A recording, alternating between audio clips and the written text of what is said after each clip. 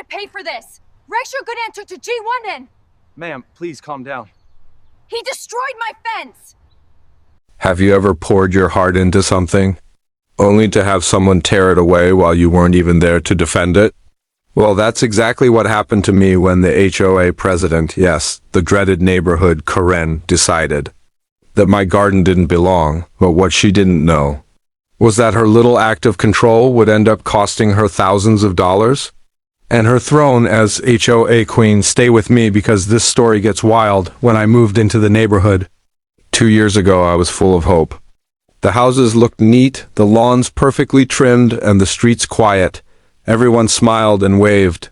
On the surface, it was the American dream, but underneath that dream lurked Karen. Karen wasn't just the HOA president. She was the self-declared ruler of the neighborhood. Always with her clipboard, always watching, always ready to send out violation letters for the tiniest things. A neighbor once got a warning for leaving his trash can out for 10 extra minutes. Another was fined for hanging the wrong color curtains. Me?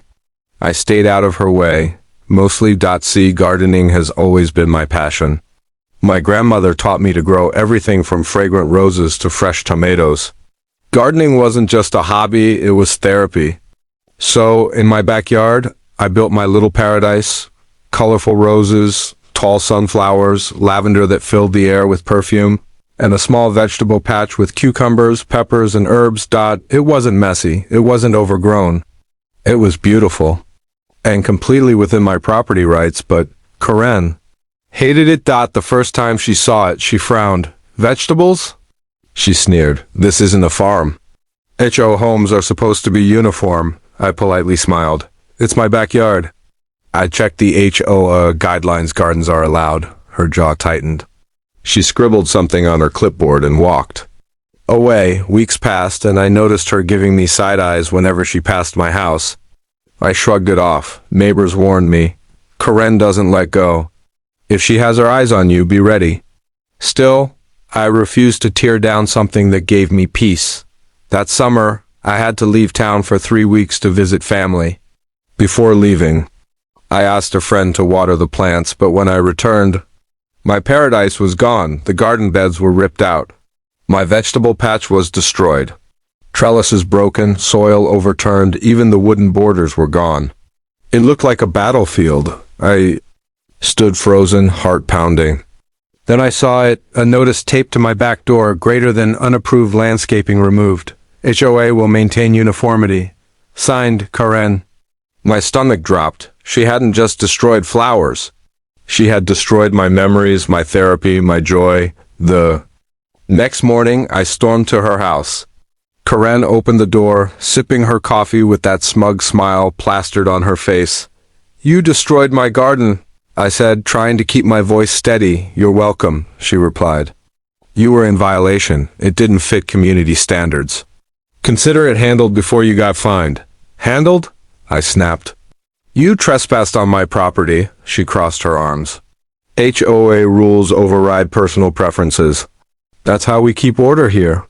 At that moment, I realized she truly believed she was untouchable. But here's the thing about me. I don't back down when I know I'm right. That night, I sat down with my laptop and started digging. I read every HOA guideline, every local ordinance. And then I struck gold. A state law passed just a few years earlier protected residents' rights to grow personal gardens, including fruits and vegetables. No HOA could interfere. In fact, any attempt to restrict or remove gardens was illegal. Karen hadn't just overstepped. She had broken the law. I gathered everything: photos of the destroyed garden, the notice she left, her emails, and witness statements from neighbors who saw workers tearing it down.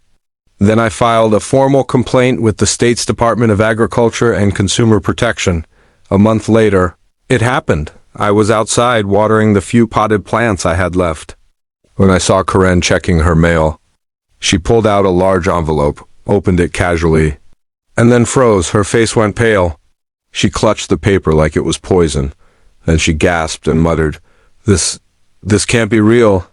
It was real. The HOA under Karen's leadership had been fined several $1,000s for violating state law. They were also ordered to reimburse me for the destruction and restore my right to replant whatever I wanted. Karen's little act of control had backfired spectacularly. The neighborhood exploded with gossip. For years, people had been quietly suffering under Karen's iron fist. She fined one family for having a pink bicycle in their driveway, another for putting up Christmas lights too early. Now, finally, someone had taken her down. One by one, neighbors started standing up. People challenged her rules, demanded accountability, and shared their own horror stories. The HOA board held an emergency meeting, and under pressure from angry homeowners, Karen resigned as president. With the reimbursement money, I rebuilt my garden bigger and brighter than before. Roses bloomed, sunflowers stretched toward the sky, lavender waved in the breeze, and my vegetable patch thrived. Best of all, neighbors joined in. Inspired by my victory, people started planting their own gardens. The community that once looked cold and uniform now blossomed with color and life. Every time I step outside and smell the roses, I think of Karen. She wanted to destroy what I loved. But in the end, she only planted the seeds of her own downsow. What do you think? Was Karen just a control freak? Or did she get exactly what she deserved? Drop your thoughts in the comments. I'd love to hear your or stories too.